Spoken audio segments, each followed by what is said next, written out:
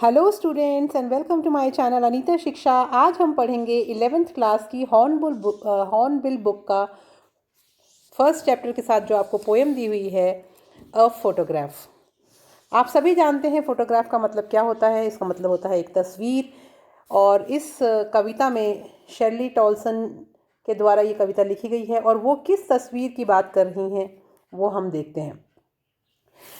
ये जो कविता है इसमें जो कवयित्री हैं वो एक तस्वीर को देखती हैं जो उनकी माँ की है जब वो 12 वर्ष की थी, तथा उसकी 2 चचेरी बहनें भी उसके साथ में थी। और उसकी माँ को उस तस्वीर को देख के अपने बचपन के दिन याद आते हैं और किस तरह से उनके चेहरे पे एक हंसी आ जाती है। खुशी का जो उनका चेहरा जो जिस खुशी को जाहिर कर रहा होता है उस खुशी को आज लेखिका मिस कर रही हैं और उसी को ध्यान में रखते हुए ये कविता लिखी गई है। तो चलिए पढ़ते हैं ये कविता a photograph. The cardboard shows me how it was when the two girl cousins went paddling। तो इस जगह पर कार्डबोर्ड जो शब्द यूज़ किया गया है वो यूज़ किया गया है तस्वीर के लिए। और किसकी तस्वीर है वो?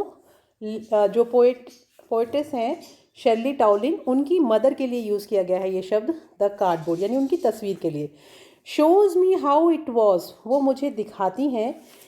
क्या दिखाती हैं? वे मुझे दर्शाती हैं कि मेरी माँ कैसी दिखाई देती थी जब वह छोटी बच्ची हुआ करती थी। Shows me how it was when the two girl cousins went paddling. और ये जो गर्ल कज़न्स लिखा गया है ये जो लेखिका हैं उनकी पोइट्रेस जो हैं उनकी मदर के साथ जो उनकी 2 बहनें हैं उनके लिए यूज़ किया गया है। 2 जो उनकी चचेरी बहनें हैं जो उनके साथ उस तस्वीर में दिखाई दे रही हैं उनको संबोधित करते हुए कह रही हैं वो, each one holding one of my mother's hand, यानी कि उसकी मदर की जो दोनों सिस्टर्स हैं उन्होंने होल्डिंग यानी पकड़ा हुआ है और मदर्स हैंड यानी माँ, उनकी माँ का हाथ। And she the big girl some 12 years old. और ये जो एंड शी यानी कि वो जो उनकी माँ है वो थोड़ी बड़ी हैं उन तीनों में, एंड उनकी उम्र 12 साल की है लगभग, और सो इसलिए यानी 12 के आसपास की उनकी उम्र रही होगी इस चित्र में। All three stood still to smile through their hair. और तीनों की तीनों जो बच्चियां हैं वो जो हैं खड़ी हुई हैं, स्टूड स्टिल यानी एकदम बिल्कुल बिना हिले डुले खड़ी हुई हैं, क्योंकि वो एक तस्वीर खिंचवा रही हैं, फ़ोटो खिंचवा रही हैं। और एक फ़ोटोग्राफ़र हैं जो उनकी फ़ोटो खींच रहे हैं, तो वो बिल्कुल स्माइल कर रही हैं और बिल्कुल जैसे पोज दे के खड़ी हुई हैं। और उस दौरान जो उनके बाल उनके चेहरे पर आ रहे हैं उसको भी वो हटा नहीं रही हैं। तो जो तस्वीर है उसमें उन्होंने देखा कि जो फ़ोटो खींच के आई है उसमें उनके बाल भी उनके चेहरे को थोड़ा सा ऊपर आए हुए हैं। At the uncle with the camera off sweet face. और वो किसकी तरफ देख रही हैं? कैमरे की तरफ देख रही हैं जो एक उनके अंकल ने हाथ में पकड़ रखा है जो उनकी तस्वीर खींच रहे हैं, और उनका चेहरा बहुत ही प्यारा है। My mother's that was before I was born. ये मेरी माता मुझे बताती हैं कि ये जो तस्वीर है मेरे जन्म से बहुत पहले की है, जिसमें वो छोटी बच्ची के रूप में दिखाई दे रही हैं, 12 साल की बच्ची के रूप में। And the sea which appears to have change less washed their terribly transient feet. और अब ये जो लास्ट की लाइन है, एंड द सी, और वो जो समुद्र है, which appears to have change less, कि वो अभी भी वैसा ही दिखाई देता है। चेंज लेस यानी जैसा उस समय दिखाई देता था, जैसा तस्वीर में दिखाई दे रहा है वैसा ही अगर अभी जाके देखें तो वो समुद्र वैसा ही दिखाई देता है, वो सी वैसी ही दिखाई देती है, उसमें कोई चेंजेस नहीं आए हैं। Wash their terribly transient feet, लेकिन जो उन बच्चियों के पाँव के निशान थे, वॉश्ड देयर यानी उनके धो दिए, टेरिबली ट्रांजिएंट फीट यानी जो उनके नंगे पाँव के जो निशान, वो जब वहाँ खड़ी थी जब फ़ोटो खिंचवा रही थी उस समय जो उनके नंगे पाँव के निशान जो उस फोटो में भी दिखाई दे रहे हैं वो निशान अब वहाँ पे नहीं दिखेंगे, क्योंकि उसको पानी की लहरों ने साफ़ कर दिया है। तो इस पूरे पैराग्राफ में हमने क्या देखा कि किस प्रकार से जो कवियत्री हैं वो याद करने की कोशिश कर रही हैं कि उनकी माता जो थी वो कैसे अपने बचपन को एंजॉय कर रही थी उस चित्र को देखकर। अब इसमें जो एक लास्ट की लाइन है ये बहुत इम्पॉर्टेंट है, इसका अर्थ समझना ज़रूरी है। वो ये, and the sea which appears to have changed less wash their terribly transient feet. यानी कि इस लाइन के द्वारा कवि यह बताना चाह रहा है कि जीवन क्षणिक एवं परिवर्तनशील होता है, जबकि समुद्र जो है और जो अन्य प्राकृतिक वस्तुएं होती हैं वो अपरिवर्तित रहती हैं। जिस तरह से इस चित्र में समुद्र का जो सा चित्र दिखाई दे रहा है वैसा ही अभी भी है, समुद्र दिखता है जाने से, लेकिन बच्चियों के पाँव के निशान जब वो समुद्र में घूम रही थी, वहाँ पे खेल रही थी, वो निशान अब लहरों ने मिटा दिए हैं। इसलिए समय सब चीज़ों को अपने साथ साथ परिवर्तित करता रहता है। आगे देखिए नेक्स्ट पैराग्राफ, सम 20-30 ईयर्स लेटर, यानी अब इस कविता में आगे बढ़ते हुए हम देखते हैं कि कुछ 20-30 ईयर्स लेटर यानी 20-30 साल के बाद में she laugh at the snapshot see Betty and Dolly, और वो वापस उसी क्षण को याद करती हैं कि जब उनकी माँ उस चित्र को देखा करती थी और कहती थी कि देखो जब हम छोटे छोटे थे तो देखो बेटी और डॉली दोनों जो हैं वो किस तरह से हंस रही हैं, बेटी एंड डॉली जो हैं वो दोनों किस तरह से हंस रही हैं और हंसते हंसते वो एंजॉय कर रही हैं उस तस्वीर को खिंचवाना, और दोनों ने उनकी अपनी मदर के हाथ एक एक साइड से पकड़ रखे हैं और उनकी माँ बीच में खड़ी हुई हैं। फिर उनको याद आता है और वो कहती हैं and look how they dressed us for the beach, कि देखो वो हमें बीच पे ले जाने के लिए किस तरह से तैयार करते थे, यानी उनके माता पिता और रिश्तेदार जब भी उनको घुमाने के लिए बीच पे लेके जाते थे तो वो उनको किस तरह से रेडी करके कपड़े पहना के किस तरह से तैयार करके लेके जाते थे।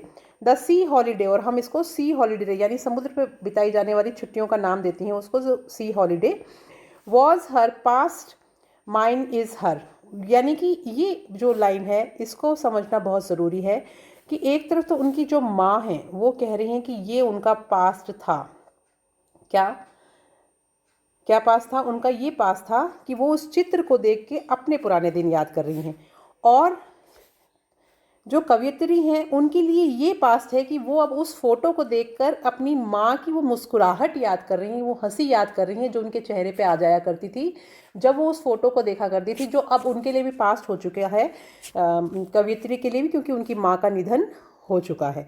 तो अब इसमें दोनों के पास शामिल हो गए हैं, both wry with the laboured ease of loss. तो वो कह रही हैं कि अब दोनों ही, राय का मतलब होता है दुख या निराशा में कोई भी चीज़ होना, तो उस समय जो हमारे मन में भाव आते हैं वो लेबर्ड शब्द का यूज़ किया गया है यहाँ पर, कठिनाई से प्राप्त किया गया था। और अब हम ईज़ यानी आराम से राहत भरी, जैसे हम सांस लेते हैं ना वैसे, उसके लिए यूज़ किया गया है। और लॉस यहाँ पे यूज़ किया है हानि, यानी किसी को खो देने का दुख, यानी अब हम बहुत आसानी से उस चीज़ को जो खो गई है उस दुख को हम भुला नहीं सकते हैं, क्योंकि जैसे ही हम कोई चीज़ देखते हैं हमें वो वापस याद आने लग जाती हैं। तो दो चीज़ों को इसमें कंपेयर किया है कि एक तो जो कवयित्री हैं उनकी माँ किस तरह से तस्वीर को देख के अपना बचपन याद करती हैं, और उसी तस्वीर को अब कवयित्री देख के अपनी माँ के चेहरे पे जो उस समय मुस्कुराहट आती थी जब वो अपना बचपन याद करके के खुश होती थी, उस हंसी को, उस मुस्कुराहट को याद करके अब वो दुखी हो रही है कि मेरी माँ इस तस्वीर को देख के किस तरह से खुश होती थी। तो अब ये उनके लिए, कवयित्री के लिए पास्ट हो गया है। तो दो पास्ट इसमें एक साथ दिखाए गए हैं। आगे देखिए, and now she is been dead nearly as many years. अब वो कह रही हैं कि मेरी माँ की का देहांत हुए हुए काफ़ी साल हो चुके हैं। एज दैट गर्ल लिव, जितना कि वो लड़की जी थी, यानी कि उस फोटो में जो उम्र थी उनकी माँ की लगभग 12 साल, तो उन्होंने कंपेयर किया है कि अब लगभग 12 साल उनकी माँ को हो चुके हैं इस दुनिया से गए हुए, उनकी डेथ हुए हुए। तो वो 12 साल से अपनी माँ के जाने का जो गम है, जो दुख है, जो अकेलापन है, उसको अब वो अपने साथ जी रही हैं। और कभी कभी जब वो इस तस्वीर को देखती हैं, इस फोटोग्राफ को देखती हैं, इस स्नैपशॉट को देखती हैं, स्नैपशॉट भी यहाँ पे उसी फोटो के लिए यूज़ किया गया है शब्द, and of this circumstance there is nothing to say at all, its silences. और ऐसी परिस्थिति में, हम इस परिस्थिति में, सर्कमस्टेंस का मतलब होता है परिस्थिति, और साइलेंस मतलब होता है शांति, और साइलेंसेस यानी चुप कर देती है। तो ये जो परिस्थिति जब मुझे याद आती है, जब मैं इस परिस्थिति को देखती हूँ तो मैं बिल्कुल चुप हो जाती हूँ और दुखी हो जाती हूँ, क्योंकि मुझे मेरी माँ की याद आने लग जाती है। और माँ के गुजर जाने और कवियत्री के उसकी माँ के सानिध्य से वंचित हो जाने को वो याद करती है और वो कहती है कि अब कुछ भी शेष नहीं रह गया है कहने के लिए। यह है कि जो अब शांत वातावरण है वो और भी अधिक शांत हो चुका है, क्योंकि वो बिल्कुल अकेली अपने आप को महसूस कर रही है। माँ के देहांत के द्वारा पैदा किए गए इस खालीपन से कवियत्री चुप रहने को बाध्य हो जाती है और वो पुराने दिन को याद करने लग जाती है। तो इस तरह से अभी हमने पढ़ा ये चैप्टर, ये poem a photograph. I hope ये आपको समझ में आई होगी। दोबारा से हम इसका एक रिकैप कर लेते हैं कि इस कविता में क्या मेन चीज़ है। इस कविता में ये बताया गया है कि किस तरह से एक तस्वीर को देख के कवियत्री को याद आ जाता है कि उनकी माँ जब उस तस्वीर को देखती थी तो अपनी दोनों छोटी बहनों के साथ में किस तरह से उन्होंने मस्ती करते हुए चित्र खिंचवाया था समुद्र में, समुद्र के किनारे। वो याद करती हैं और उनके चेहरे पे जो हंसी आती है वो हंसी कवियत्री के लिए पास्ट बन चुकी है, क्योंकि कवियत्री की जो माता जी हैं उनका लगभग 12 साल पहले देहांत हो गया है और अब ये उनके लिए भी पास्ट हो चुका है। पर वो कहती हैं कि माँ के जाने का जो गम है वो मुझे हमेशा एक खोखलेपन का, एक अकेलेपन का एहसास दिलाती हैं, क्योंकि माँ के गुजर जाने के बाद में वो कवियत्री जो हैं वो माँ के सानिध्य से वंचित हो चुकी हैं। तो आई होप आपको ये चैप्टर अच्छा लगा होगा, ये कविता अच्छे से समझ में आई होगी। अब आपको इसके reference, context, explanation, theme, central idea, इस तरह के जो क्वेश्चंस हैं वो हम नेक्स्ट वीडियो में लेके आऊँगी अपना, जिसमें हम इसके क्वेश्चन आंसर्स को डिस्कस करेंगे। तब तक के लिए आप सब लोगों से मेरी यही उम्मीद है कि आप लोग इसको अच्छे से पढ़ें और स्पेशली वर्ड मीनिंग्स पे ध्यान दें, स्पेलिंग्स को याद करें और आपके एग्ज़ाम में सबका बढ़िया रिजल्ट रहे।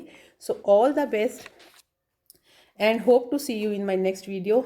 और जाने से पहले मैं आपसे एक बार फिर रिक्वेस्ट करना चाहूँगी कि अगर आपको मेरा पढ़ाया हुआ समझ में आता है तो please like, comment, subscribe my channel and share to your friends also. Thank you and have a nice day.